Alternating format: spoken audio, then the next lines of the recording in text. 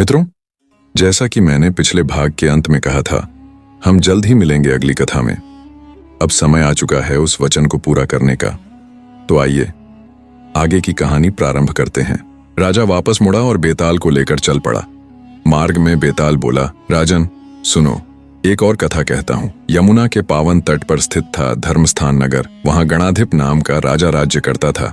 उसी नगर में केशव नामक एक ब्राह्मण रहता था, जो यमुना किनारे झपतप में लीन रहता। उसकी एक रूपवती पुत्री थी, मालती। जब वह विवाह योग्य हुई तो माता पिता और भाई चिंता में पड़ गए। एक दिन संयोग ऐसा बना कि ब्राह्मण पिता किसी यजमान की बारात में गया। भाई पढ़ाई के लिए नगर से बाहर था और तभी एक ब्राह्मण कुमार उनके घर आ पहुंचा। मालती की माता ने उसके रूप गुण देखकर मन ही मन निश्चय किया, मैं इस युवक से अपनी बेटी का ब्याह करूंगी।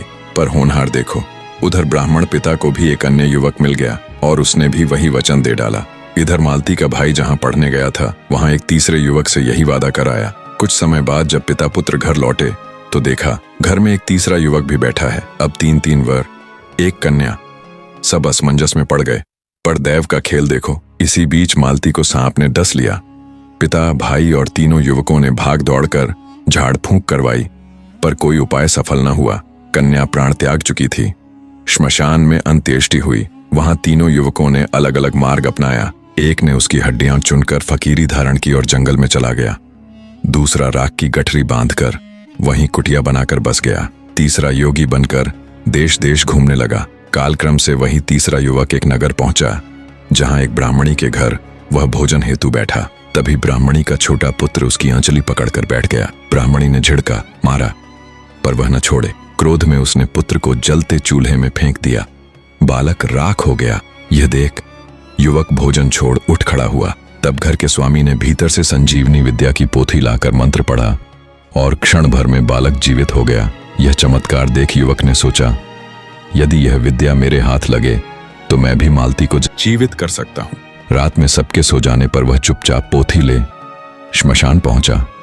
वहां दूसरा युवक राख लिए बैठा था और फकीर बना पहला युवक भी हड्डियां लेकर आ गया।